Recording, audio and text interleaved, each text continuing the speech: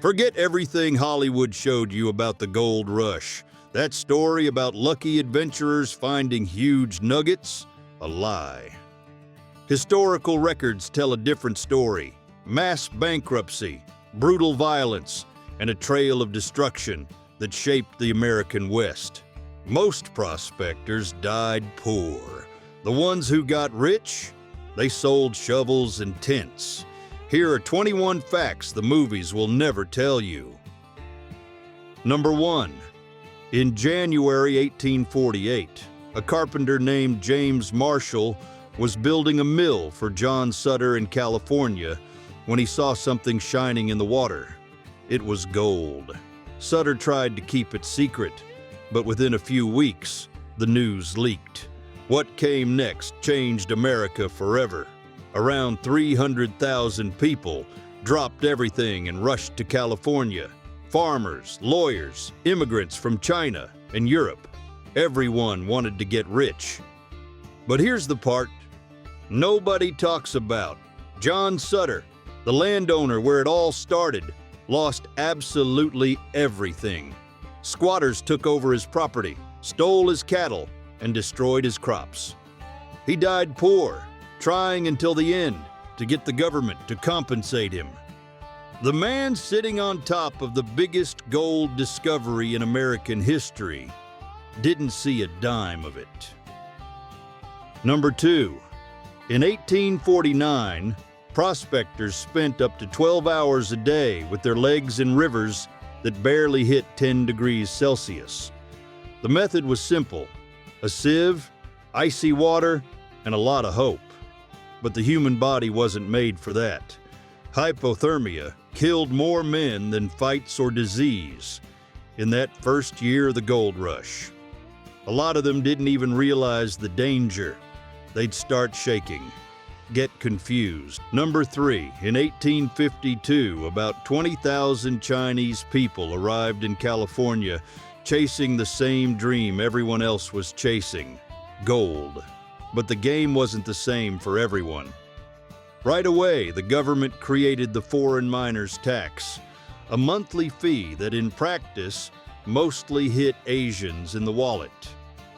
It got as high as $20 a month, a fortune back then, when a regular worker made that in weeks. Many left the mines and went to build irrigation canals and railroads, jobs white Americans refused because they were too dangerous. Here's the detail few people know. Those immigrants developed mining techniques that Americans later copied. Even while paying unfair taxes and dealing with constant violence, the Chinese stayed and helped build the West we know today. If that Chinese gold rush story surprised you, you'll love going deeper. I pulled together a set of deep dive dossiers on the Old West's most misunderstood people and events and dropped the link in the first comment. If you don't settle for the surface level version of history, this is for you. Straight talk, no fluff. Number 4. In 1848, San Francisco was just a little village with about 1,000 souls. 1 year later, 25,000 people, folks arriving from everywhere, sleeping in tents, shacks, wherever they could. The ships that brought that crowd were left abandoned in the harbor because the crews wanted gold too. The result, they turned the hulls into hotels, warehouses, even a jail. The city grew so fast and so messy that it caught fire 6 times between 1849 and 1851. They'd rebuild, and it would burn again. Green lumber, lanterns, careless people. That was the price of wild growth. Nobody planned anything. They just wanted to be close to the money. San Francisco became a symbol of what the gold fever did. It created fortunes and chaos at the same speed. Number 5. When the rope replaced the judge. In California's mining camps, the law showed up way too late. So the miners handled it their own way. They formed so-called vigilance committees, groups of regular men who decided who lived and who died. The process was simple. Suspected of theft, a 15-minute trial, and a tree with a rope. In San Francisco, the 1851 committee hanged 4 men in a matter of weeks. But here's the detail few people talk about. Not everyone who was hanged was a criminal. Many were just foreigners, Mexicans or Chileans, who had the bad luck of being in the wrong place. Historians estimate that hundreds were executed this way in the 1850s. The irony? Some leaders of these committees later became respected politicians. The frontier had a short memory for the people holding the rope. Number 6. In California's mining camps, a woman was rarer than a big gold nugget. In 1850, the ratio in some areas was as high as 1 woman for every 20 men. And a lot of them realized something the miners didn't see. You didn't have to dig to get rich. While men busted rock all day, women opened boarding houses, washed clothes, and cooked hot meals. A homemade pie could bring in more in a day than a week of work in the mine. Others chose the saloons, where dancing one song with a lonely miner cost a pinch of gold. Luzina Stanley Wilson came to California with nothing, and within months already had her own hotel. The truth is, many of these women understood the game better than any prospector. They mined the miners' pockets, and nobody complained. Number 7. In 1853, a miner named Edward Madison had an idea that changed everything. Why dig when you can just blast the mountain with water? Hydraulic cannons fired jets with brutal pressure, ripping away tons of earth in minutes.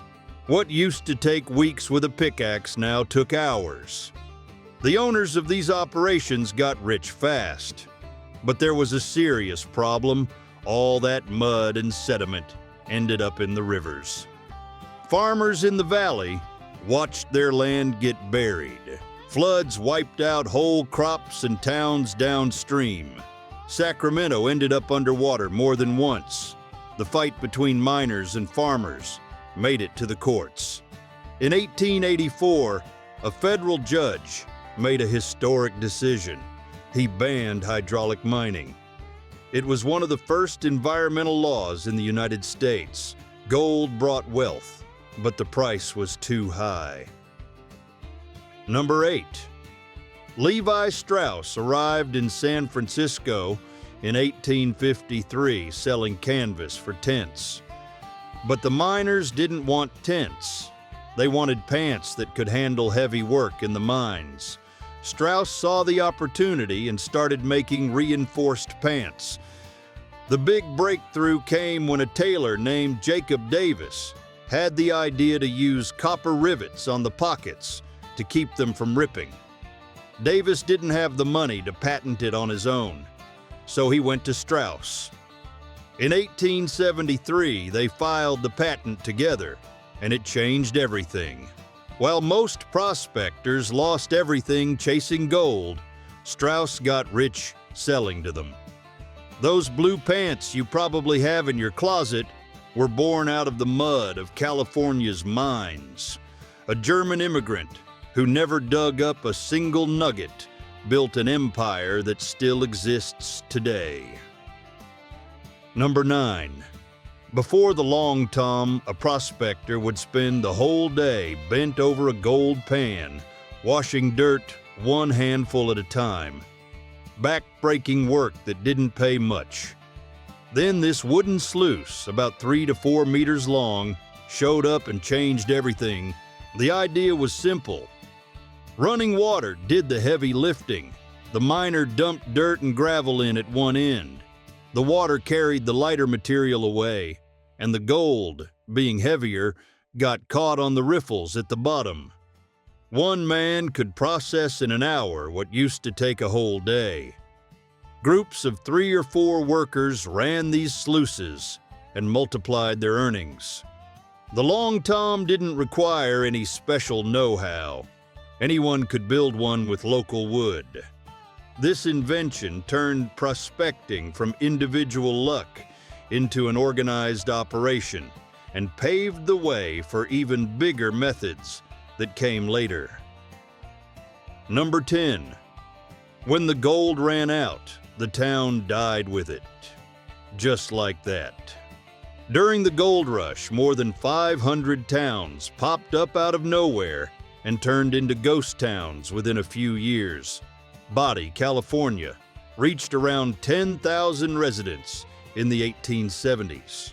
It had saloons, banks, even an opera house.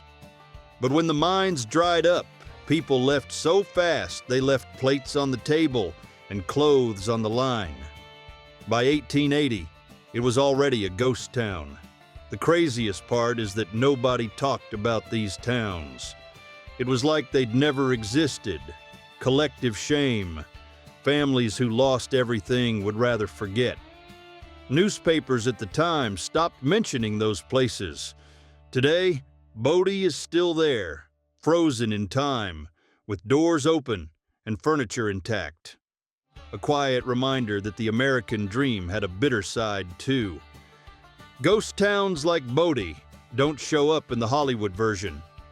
I pulled together a few deep dive dossiers on the real Old West and left the link in the first comment. If you're the type who wants the unpolished story, you'll dig it. Take a look. Number 11. In 1850, California joined the Union as a free state, but that didn't mean equality. Black miners who came to the gold fields quickly discovered a legal trap. State laws banned them from testifying against white people in court. In practice, any white man could steal their claim, attack them, or wreck their equipment without consequences. With no voice in the justice system, many were driven out of promising areas by force. Some still managed to build small fortunes anyway, working quietly and selling through discreet middlemen. But the foreign miners' tax, created to push out Mexicans and Chinese miners, was often charged to them too, under a convenient interpretation of the law. Black communities formed in towns like Sacramento, where former miners opened their own businesses. The gold rush promised wealth for everyone, but the system made sure only a few got to keep it. Number 12. In 1898, news of gold in the Klondike drove the whole country crazy. Around 100,000 people dropped everything and headed to Alaska to try their luck. The problem was the Chilkoot Pass, a brutal 33-degree climb in the middle of a freezing winter. Each miner had to haul a ton of supplies on their back, going up and down that mountain as many as 40 times. Many died from exhaustion, avalanches, or simply the brutal cold. In the end, only about 30,000 managed to reach the gold fields. And the cruelest part of this story, most of the people who survived the trail found out the best spots were already taken. They got there too late. Thousands went home without a dime. Some never made it home at all. The Chilkoot became known as the Golden Stairs, but for many it was just the road to the grave. Number 13. Before the gold rush, the Miwok had lived on those lands for thousands of years. When the prospectors arrived in 1848, everything changed. The rivers where they fished became mining sites. The forests where they hunted were cut down. In just 10 years, California's native population crashed from 150,000 to under 30,000. The state government even paid bounties for native scalps. Organized militias attacked entire villages at night. Survivors were forced to work in the mines or flee into the mountains. sacred lands where they'd held ceremonies for generations became property of mining companies. Many historians today call this period the California Genocide. It's a part of the gold story few school books talk about, but it shows who really paid the price for that wealth. Number 14. In 1854, a miner hit the jackpot in California. He dug up a 195-pound nugget, a chunk of gold the size of a watermelon. Today, that rock would be worth a few $1 million. The problem is, finds like that attracted all kinds of people, from partners wanting a cut to bandits willing to kill for it. A lot of the lucky ones ended up dead before they could sell what they found.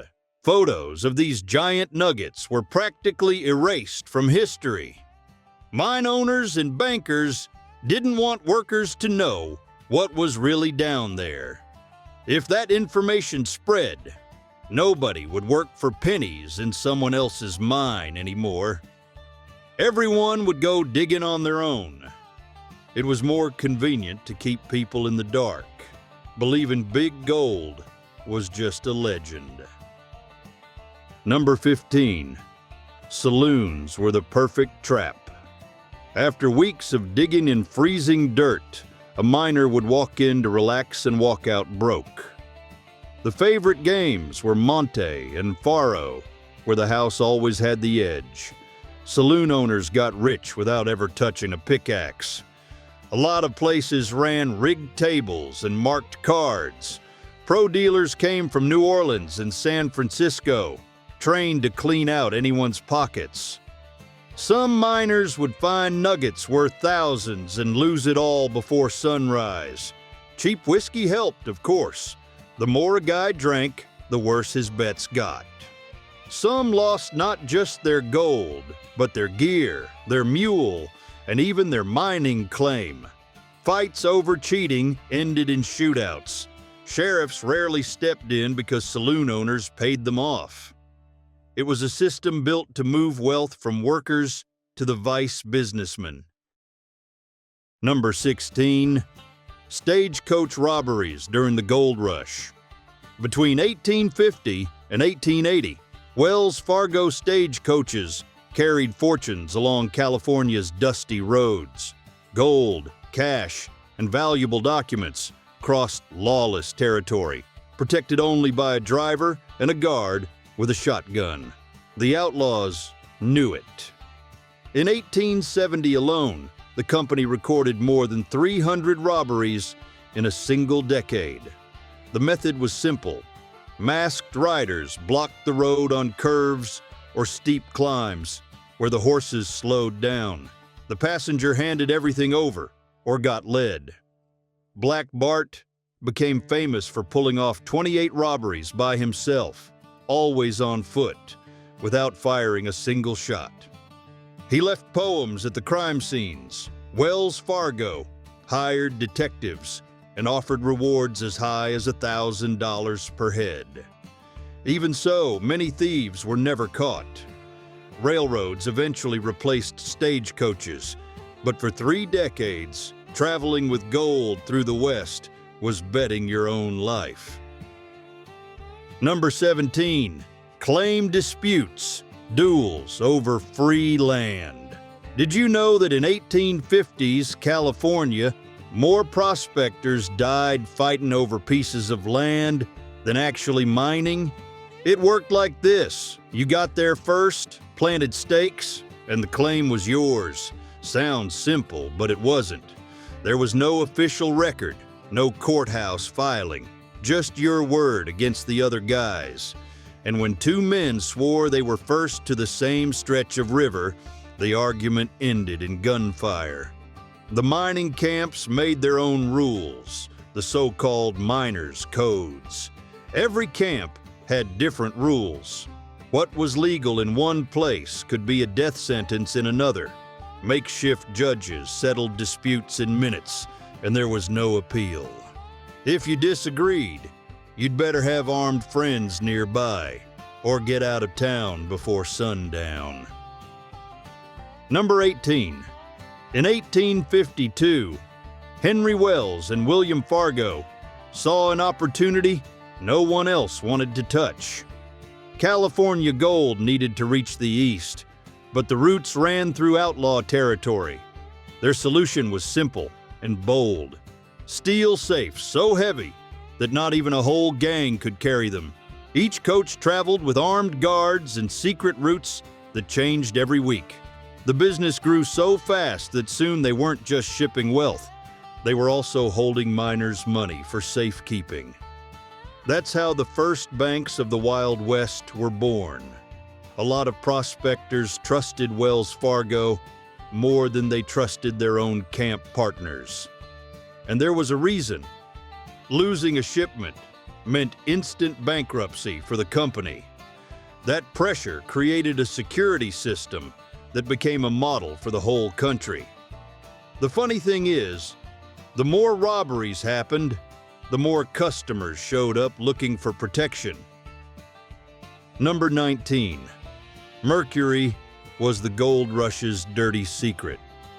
Miners mixed this liquid metal with dirt and gravel because it stuck to the gold and made it easier to separate. It seemed like magic, but it came at a high price. In the 1860s, tons of mercury were dumped into California's rivers. Fish started turning up dead, floating on the surface. Whole communities lost their food source, and the miners who handled mercury every day began showing tremors, memory loss, and strange behavior. They called it mad as a hatter, the same illness hat makers got back then. The scariest part is that a lot of that mercury is still there.